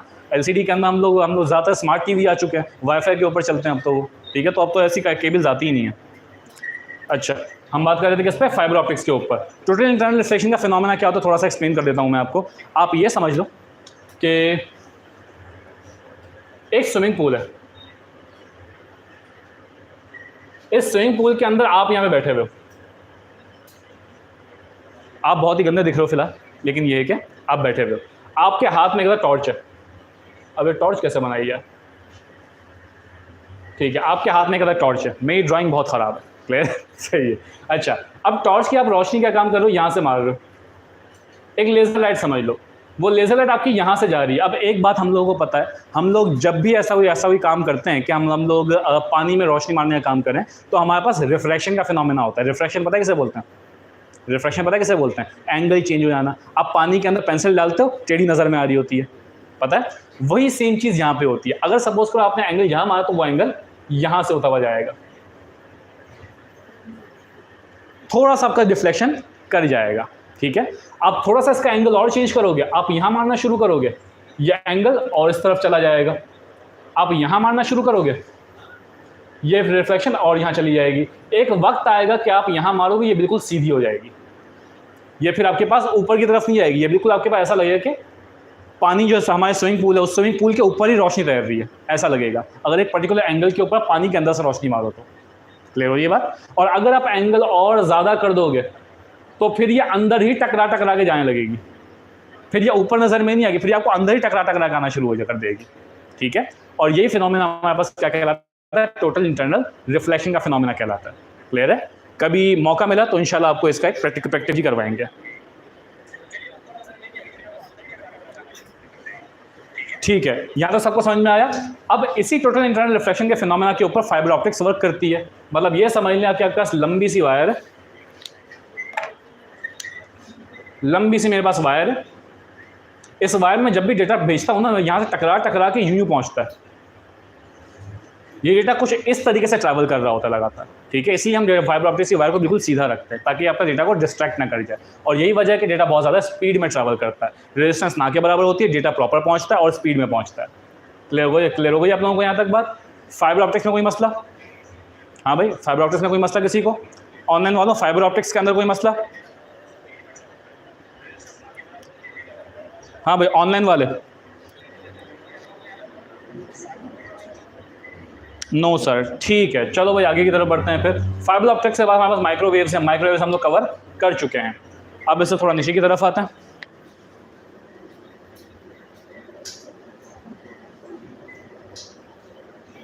ठीक है, अगले की तरफ हम आ जाते हैं। अब अगला हमारे पास क्या है? अगला हमारे पास है सैटेलाइट। अब सैटेलाइट्स क्या होते हैं? अब देखिए, टेक्निकली हमारे पास सैटेलाइट दो तरीके के होते हैं, एक होता है नेचुरल, एक होता है आर्टिफिशियल, ठीक है। नेचुरल सैटेलाइट वो है जो कि आउटर स्पेस के अंदर मौजूद होता है और रिवॉल्व कर रहा होता है अराउंड आवर अर्थ। हमारे अर्थ के अराउंड में जो रिवॉल्व कर रहा होता है हमारे लिए क्या है? नेचुरल सैटेलाइट है। और ये नेचुरल सैटेलाइट हमारे लिए क्या है? हमारा चांद, ठीक है। प्यारा सा हमारा जो चांद है वाइट कलर का, वो हमारा नेचुरल सैटेलाइट है। अब नेचुरल सैटेलाइट के बाद हमारे पास जो बारी आती है वो क्या है? Artificial satellite. आर्टिफिशियल सैटेलाइट कौन सा? जो कि हम लोग खुद यहाँ से भेजते हैं नज़र रखने के लिए, ट्रांसमिशंस करने के लिए, ठीक है। आर्टिफिशियल सैटेलाइट हमारे कौन से? कि नासा ने भेजा हुआ है, जो कि आपके पास रिसेंटली इंडिया का भी गया है चंद्रयान प्रोजेक्ट नाम से, ठीक है। चाइना का भी गया हुआ है और अमेरिका का भी गया हुआ है, पाकिस्तान का भी तक नहीं गया, ठीक है। बहरहाल हमारे पास ये कुछ आपके पास सैटेलाइट्स हैं जो कि आर्टिफिशियली वर्क कर रहे होते हैं।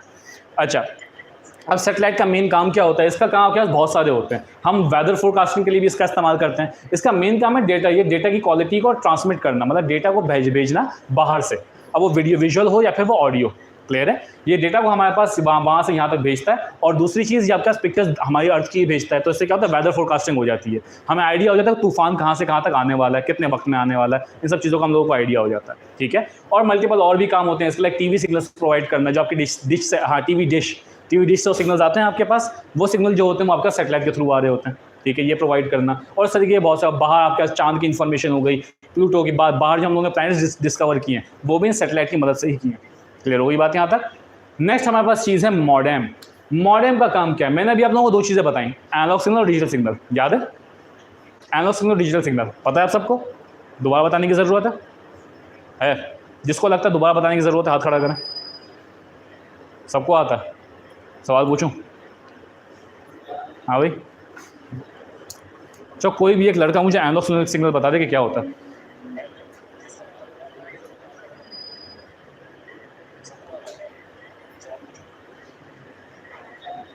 अब्दुल रशीद उर्फ दुआ, बेटा थोड़ा सा सब्र कर लें, जैसी क्लास आपका एंड होने वाली होगी आपको आपकी फिगर समझा देंगे, ठीक है।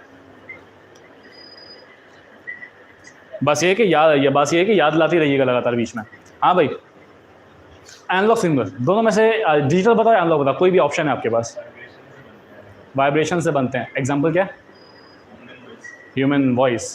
एनालॉग सिग्नल क्या होते हैं? जो वाइब्रेशन से बनते हैं, फ्रीक्वेंसी से बनते हैं, और इसकी बेहतरीन मिसाल हमारे पास ह्यूमन वॉइस है, ठीक है। रेडियो वेव्स भी इसी की मिसाल है। क्लियर हो गई बात? ठीक है। तो एनालॉग सिग्नल और डिजिटल सिग्नल, उनको इंटरचेंज करने का काम जो होता है, सही है। हम लोग जो डेटा ट्रांसफ़र कर रहे होते हैं वेव्स के थ्रू, वो डेटा किस तरीके से ट्रांसफ़र हो रहा होता है? वो होता है रेडियो वेव्स के थ्रू। अब रेडियो वेव्स तो हमारे पास एनालॉग वॉइस है, एनालॉग सिग्नल्स है, तो हम क्या करते हैं? डिजिटल सिग्नल्स को पहले एनालॉग में कन्वर्ट करते हैं और फिर उन्हें ट्रांसलेट करते हैं।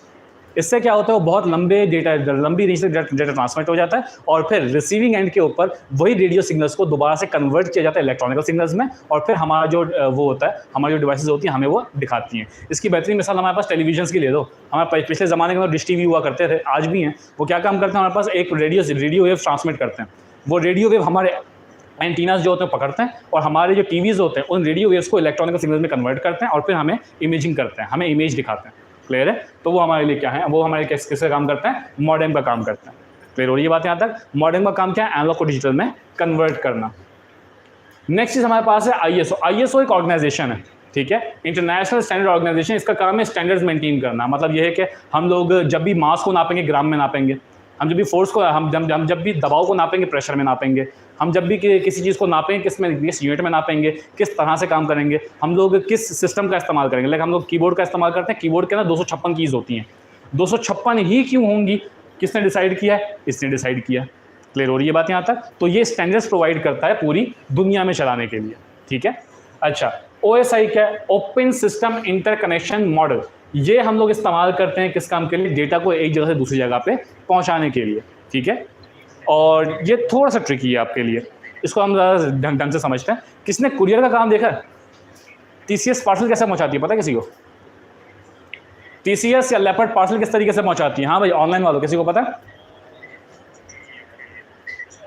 ऑनलाइन वाले बच्चों, किसी को पता है कि TCS पार्सल कैसे पहुंचाती है फाइल, या फिर लेपर्ड पार्सल कैसे पहुंचाती है? हाँ भाई, नहीं, किसी को भी नहीं पता? वाह, चलो आगे की तरफ चलते हैं। हमारे पास लेपर्ड या TCS जो भी है वो पार्सल किस तरीके से लेके जाती है? सबसे पहला काम, आप उसके पास जाते हो, आप लेपर्ड या TCS के ऑफिस में जाते हो, ठीक है। जैसे ही आप ऑफिस में जाते हो, ऑफिस का सबसे पहला काम क्या होता है? कि आपके पार्सल को पैक करना, ठीक है। वो आपका पार्सल आपसे ले लेती है और उस पार्सल को पैक करती है। क्यों पैक करे? ताकि जिस रास्ते से वो जाने वाली है उस रास्ते के दबाव को झेल सके। क्लियर है? उसने वो पैक कर दिया, पैकेजिंग हो गई यहाँ पे, ठीक है।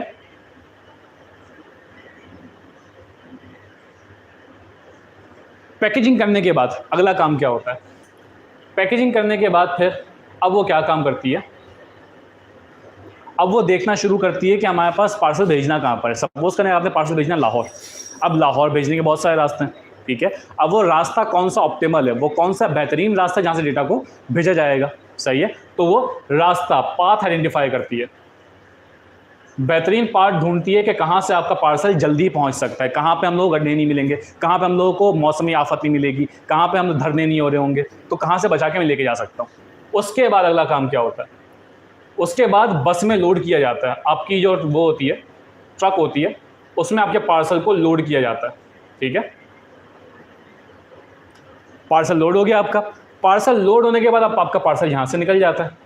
अब एक चीज़, अब मुमकिन है कि रास्ते में कोई तंगी आ जाए, सही है। तो क्या किया जाता है? अब जहाँ पर भी पार्सल रुकता है, ये गाड़ी जहाँ पर भी रुकती है, वहाँ पर एक सेशन क्रिएट कर दिया जाता है। मतलब सपोज को पेट्रोल ख़त्म हो गया। अब पेट्रोल खत्म होने की सूरत में ऐसा तो नहीं है ये दोबारा से TCS के हब में आ जाएगा, ठीक है। ये 20-25 किलोमीटर आगे चला गया, अब वापस पेट्रोल भरवाने के लिए आएगा, ऐसा नहीं होगा। ये गाड़ी को वहीं पे छोड़ेगा, ठीक है। गाड़ी वहीं पे छोड़ के फिर पेट्रोल के लिए आगे पीछे घूमेगा, क्लियर है। और जैसे पेट्रोल मिल जाए गाड़ी वहीं से स्टार्ट होगी। क्लियर हो रही है बात? क्लियर हो रही है बात सबको? ऑनलाइन वालों को समझ में आ रही है? ठीक है। अब यहाँ से आपने क्या किया? यहाँ से आपने दोबारा से पार्सल आपने लाहौर पहुँचा दिया। अब लाहौर पहुंचाने के बाद आपने पार्सल उस बंदे को दे दिया जिसका पार्सल था। उसने क्या कर दिया? अनपैक कर दिया ऐसे। उसने पार्सल को अनपैक कर दिया, ठीक है। पार्सल को अनपैक करने के बाद अब जो मामला है वो आपके पास देखने का है। यही सिमिलर मेथड जो होता है कौन यूज़ करता है? ISO यूज़ करता है डेटा को पहुंचाने के लिए, सही है। सबसे पहली लेयर इसकी होती है फिजिकल लेयर, जो कि आपकी डिवाइस होती है। फिजिकल लेयर क्या काम करती है? सिग्नल को जनरेट करती है, पैकेज को जनरेट करती है, मैसेज को क्रिएट करती है। जब मैसेज क्रिएट हो गया तो फिर किसको दिया जाता है? वो दिया जाता है डेटा लिंक लेयर को। डेटा लिंक लेयर का क्या काम होता है? इस लेवल का लेयर का क्या काम था हमारे पास? पैकेजिंग का सिंपल काम था, क्या? डेटा को पैक करना ताकि वो दबाव झेल सके। डेटा लिंक लेयर का भी यही काम होता है। आपका जो पैकेज है ना, वो पैकेज एक अलग लैंग्वेज में, आपने मैसेज बनाया वो अपने लैंग्वेज में बनाया। जैसे कि मैं आज नहीं आऊँगा, सिंपल सा एक मैसेज बनाया आपने। ये मैसेज बाइनरी में कन्वर्ट करने की ज़रूरत ताकि भेजा जा सके, तो वो उसको बाइनरी में कन्वर्ट करता है।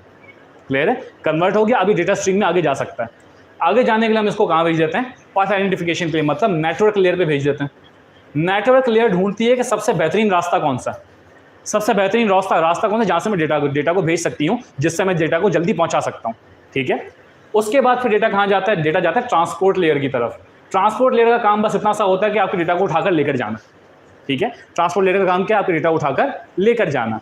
और फिर वो क्या काम करता है? वो आ जाता है सेशन लेयर के ऊपर। सेशन लेयर क्यों ज़रूरी है? सेशन लेयर इसलिए ज़रूरी है ताकि आपका डेटा आपकी ब्राउज़र के ऊपर होल्ड रहे।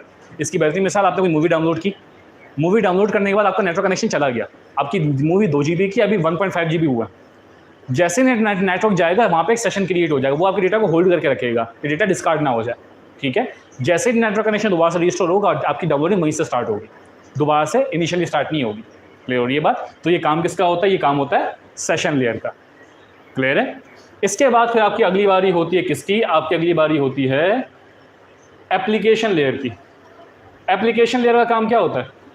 आपका जो मैसेज बाइनरी में कन्वर्ट हुआ था उस मैसेज को दोबारा से आपकी ओरिजिनल लैंग्वेज में ट्रांसफ़र करना और आपका जो रिसीवर है उस रिसीवर को वो आपके पास चीज़ दे देना।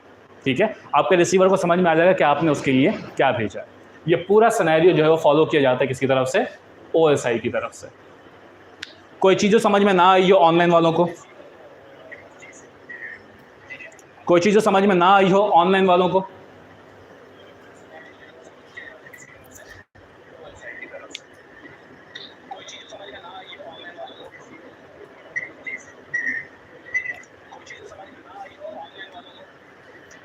ठीक है, सबको सब समझ में आ गया। ठीक है, तो हम थोड़ा सा आगे की तरफ चलते हैं।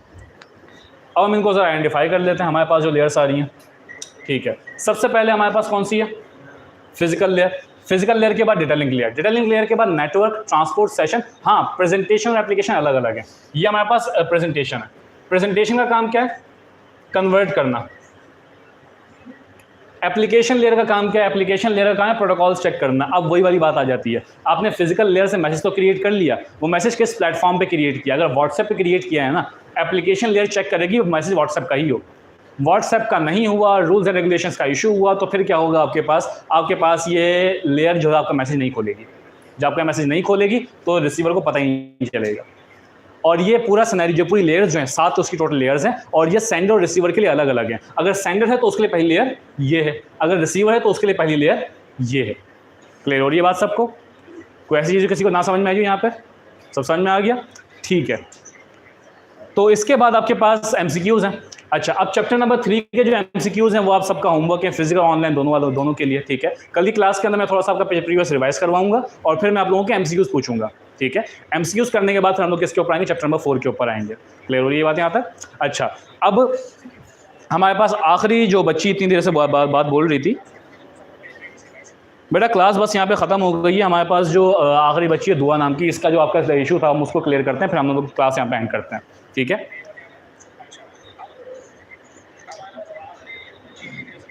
ठीक है, तो बच्चे आपके पास कौन सी फिगर थी जो आप बोल रही थी आपको समझ में नहीं आई?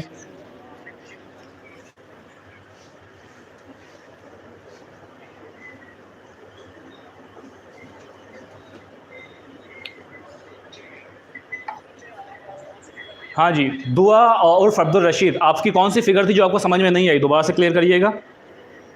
आपने फिगर बनाई थी सर, आपने बोला फ्रिक्वेंसी और आ गई, मुझे समझ नहीं आया, इसलिए सर आपको बोल रही हूँ, समझा आप मुझे सर। ठीक है, ये बात कर रही थी। अच्छा एनलॉग और डिजिटल सिग्नल्स की आप बात कर रही हैं। ठीक है, अच्छा बेटा क्या हुआ, कहाँ जा रहे हैं आप लोग? अभी क्लास है आपकी दूसरी। ठीक है, अच्छा एनलॉग और डिजिटल की आप बात कर रही हैं। देखिए फ्रीक्वेंसी का मामला बता रहे थे कि ये वेव्स होती हैं हमारे पास। ठीक है, ये स्पेशली मैं समझा रहा हूँ अब्दुल रशीद और दुआ के लिए। ठीक है, आपके पास इस तरीके की एक वेव होती है जिसको हम एनालॉग वेव के अंदर इस्तेमाल करते हैं। ठीक है, ये वेव जो होती है क्रिएट होती है वाइब्रेशन के जरिए। ये वाइब्रेशन जो वेव क्रिएट होती है इसका एक एम्पलीट्यूड होता है, मतलब ये है कि इसकी पॉजिटिव और नेगेटिव साइकिल्स होती हैं जिनका कुछ ना कुछ लेंथ होती है। ठीक है, ये एक सिंगल साइकिल है यहां से लेकर यहां तक। ये जितनी ज्यादा एक सेकंड के अंदर साइकिल्स बनेंगी उस चीज को हम क्या बोलेंगे, फ्रीक्वेंसी बोलेंगे।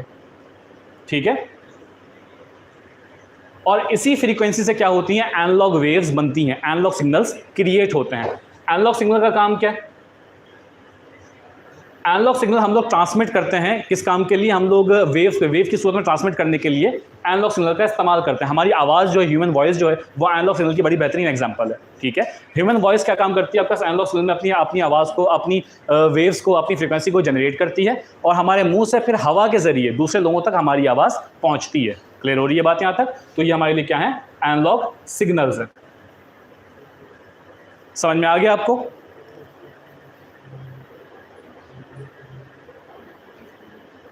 हाँ दुआ, समझ में आ गया आपको? यहां तक एनालॉग सिग्नल में कोई मसला आपको? ये क्या सीन हुआ? चल रही है ना? हाँ चल रही है।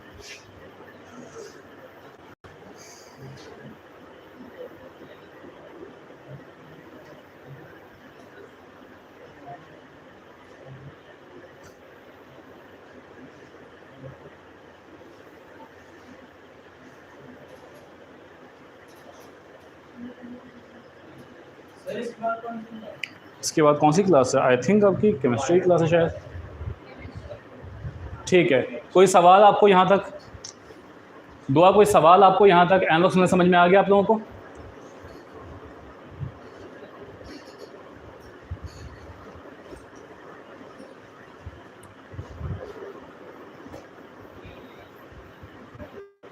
ठीक है, तो बेटा आज की क्लास हम लोग यहाँ पे एंड करते हैं। किसी भी किस्म का सवाल हो तो आप लोगों को क्या काम करना है, आप कल की क्लास दोबारा से होगी तो वहाँ पे आप सवाल पूछ सकते हैं। इसके अलावा आप डायरेक्टली जब ये वीडियो अपलोड होगी तो वहाँ पे कमेंट भी कर सकते हैं। आपके सवाल का आपको जवाब जो यहाँ पे समझ में नहीं आया वहाँ पर दे दिया जाएगा। ठीक है बेटा, तो आज की क्लास हम लोग यहाँ पे ऑफ कर रहे हैं। इंशाल्लाह आपसे मुलाकात होगी कल की क्लास के अंदर। तब तक के लिए अल्लाह हाफ़िज़।